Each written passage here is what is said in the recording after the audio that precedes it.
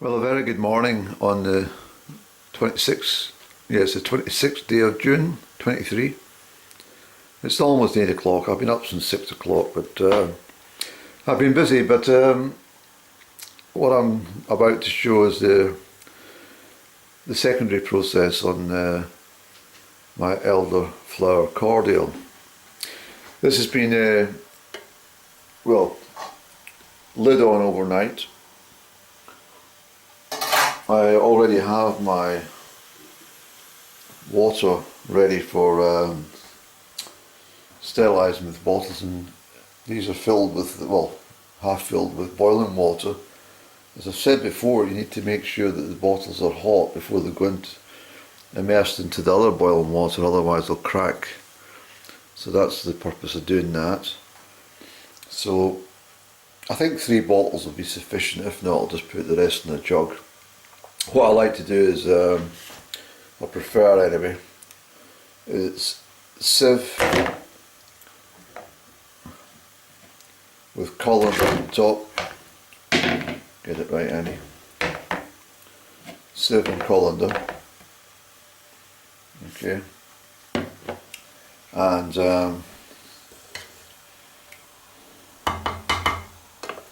take the liquid of the elderflower. This is a syrup. This is, I took a tablespoonful at bedtime last night, and it's absolutely gorgeous. It really is, it's just brilliant. So we want all the liquid to go through the sieve and obviously into the big red bowl. I've chosen this red bowl because it's got a little pouring spout. You don't have to be in a rush for this. You get the general idea, and you keep doing that until all the liquid from the large saucepan. I showed you my jelly pan. I showed you my jelly pan yesterday. I've also got an even larger pot, probably double size of this, massive thing, and that's the one I use for my elderberries. You know, the autumn fruits of this same plant. Elders, it's just it's great. The only thing that's not great about it is wood. It's not really good for burning. It is burnable if it's bone dry, but it's not the best. But strangely, if you take the cut off a branch from a elder tree, so it's lost its main supply, it will still grow. It's truly amazing. Look at this syrup. It's really, really decent, this stuff. So I'll keep going with this. I'm sure you know what I'm doing now. Don't overload anything, just you don't want any spillages. That's the see the lemon and everything all hanging. All the liquid has absorbed all the goodness from the blossom and the lemon rind and the juices of the lemon itself. Just gives it an extra tang. So I'll come back to you shortly once I've completed this little bit.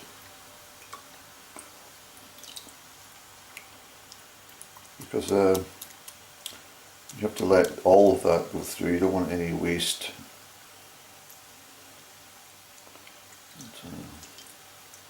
I find this process the easiest of all. Got a busy day ahead of me. Let's say up at 6. I was tired on Saturday, I think I mentioned something about it. I mean, I still kept busy. I'm never a standstill person in the summer months, but if I'm not busy physically, I'm normally busy mentally.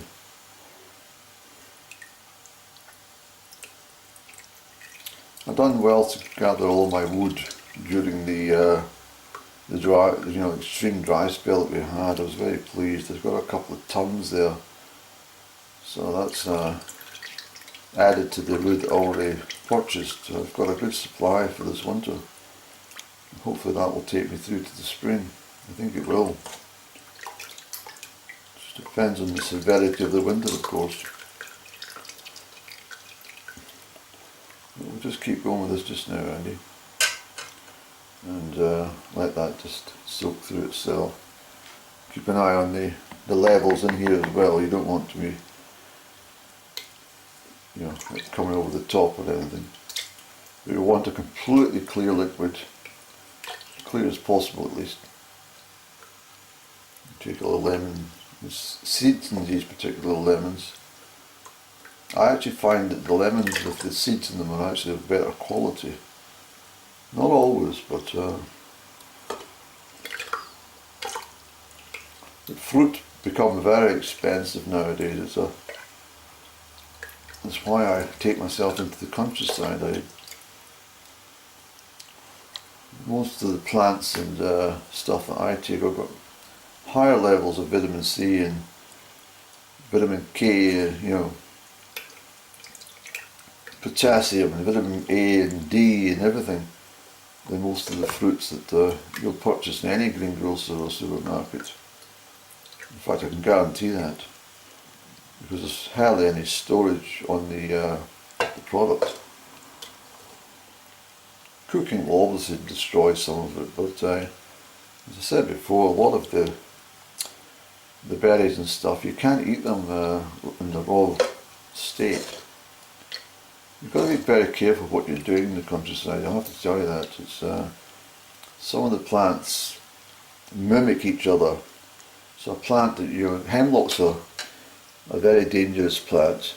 Hemlock's poisonous, and of course it looks very much like wild carrot, wild parsley, or even sweet cicely. If you don't know the difference, then it's a very dangerous occupation being a forager if you're just starting out, but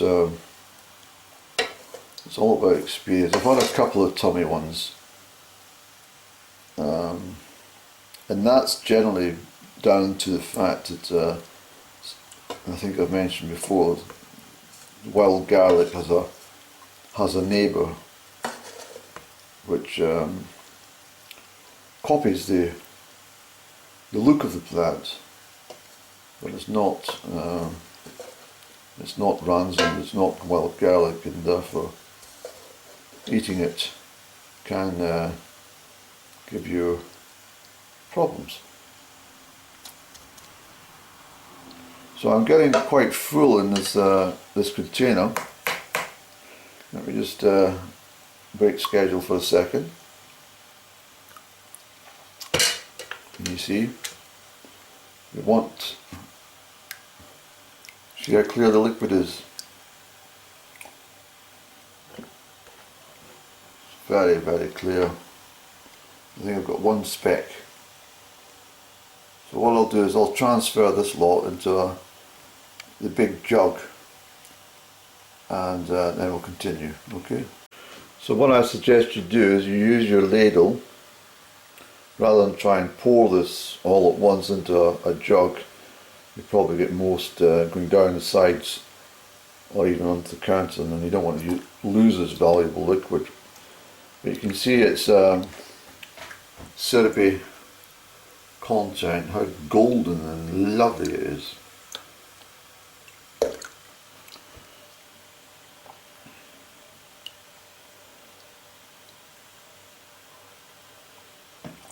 We'll do a few more and then we can continue the process that I was showing you a moment ago.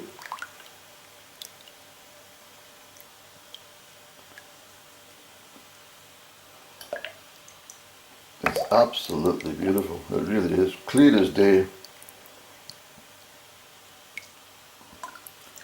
Okay, so I'll come back to you once we've completed all the transfers and let all the liquid through, and then we'll pick up when we're going to bottle. So these 3 bottles have been thoroughly sterilised in boiling water. It's also good practice to sterilise just briefly the funnel. Although it's stored away in cupboards, it's it's just good practice. It's also good practice to immerse the bottle tops in the boiling water, ensuring that any bacteria which may have lingered inside are thoroughly dealt with. Most bacteria, of course, you can't see, it's so damn small. Not all bacteria is harmful, but what you don't want is your storage jars to have a small coating of mould. If any organisms are present, that's what will happen, so just be careful. I may well need more than 3, but we'll start this process by taking our first batch of fine liquid. There's the second lot there. We'll pour very gently.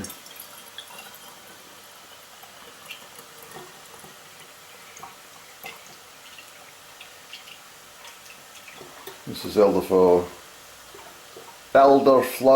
Cordial. So it's slightly thicker than normal liquid. So on a summer's afternoon you can take this from your storage place, add a little ice cube or lemon water, or do anything you want to do with it. It's just a very, very easy and fairly cheap product. So I'm showing you so that you can get some knowledge about what you can do.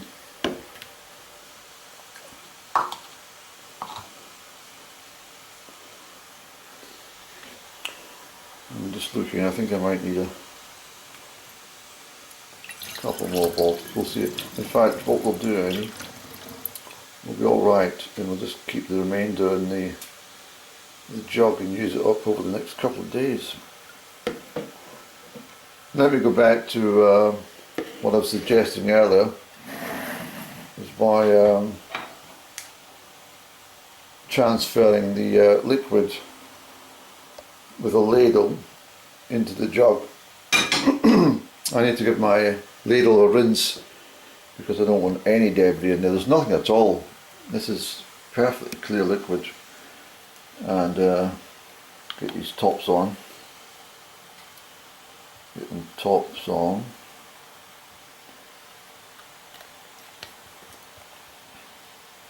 And then we'll screw them a bit tighter off camera. Obviously with the boiling water and stuff like that in the background, I would always have the extractor fan at full blast to eradicate any steam and condensation, but obviously with the noise from the extractor fan, it's not possible to film and chat with it rattling away, so that's why I've got it off at the moment. So I'll come back in a second or two. Thank you. So finally, here we are. What's this? These are 568ml glass bottles. So I obtained 4. So for 1,500 millilitres, why did you say 1.5 litres, Andy? 1.5 litres of water with all the stuff that you've seen in this video. I now have 2272 or over 2.5 litres of Elderflower Cordial. I put a little bit in this jug and I've covered it with cling film. Stick that in the fridge and I'll use that over the next couple of days. I have a glass here for testing.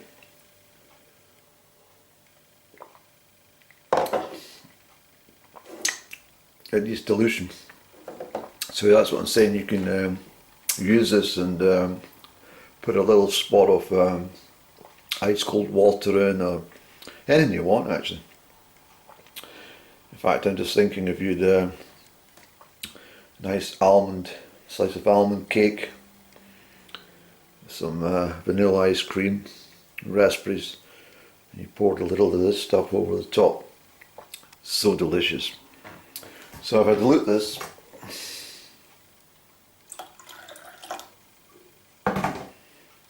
I just used the water from the kettle because oh, that's so, oh my goodness, that's brilliant. I'm not joking in that.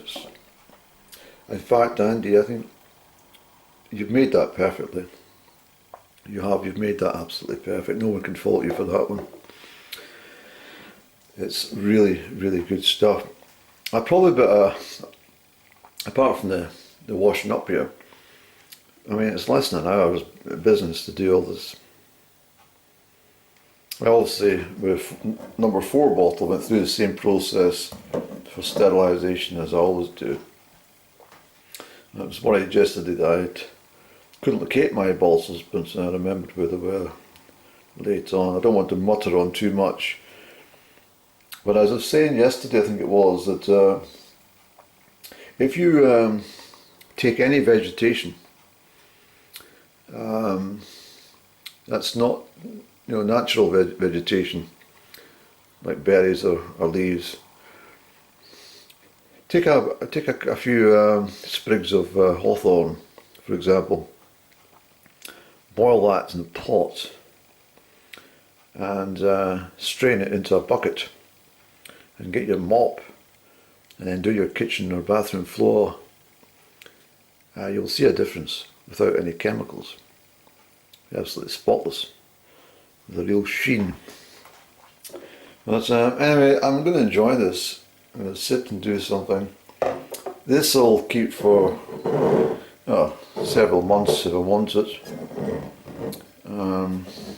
It's got a good shelf life because of the preservation sugar. Sugar in this instance is also sweetener as well as preservation. But look at the glow. There's not a piece of blossom, nothing in there at all. Or is this one just to annoy me? One little flake, can you see it? But that's alright, that's a reminder that Elderflower's in charge. What about this one? Nothing. So, yeah, so we've done alright, Andy. I think you get 10 out of 10 for this one. And hopefully I've shown you the process of making elderflower cordial in a simple and chatty way. This is going into the fridge and this is going down my gut. Thanks for watching. Actually, just finally, this little chap here, this moth, he came indoors last night and he's not causing any problems at all. And I call him lazy bones, sleepyhead lazy bones, because I've been chatting to him. He's not listening to a damn word, he's snoozing away there. He's a lazy bones, lazy bones.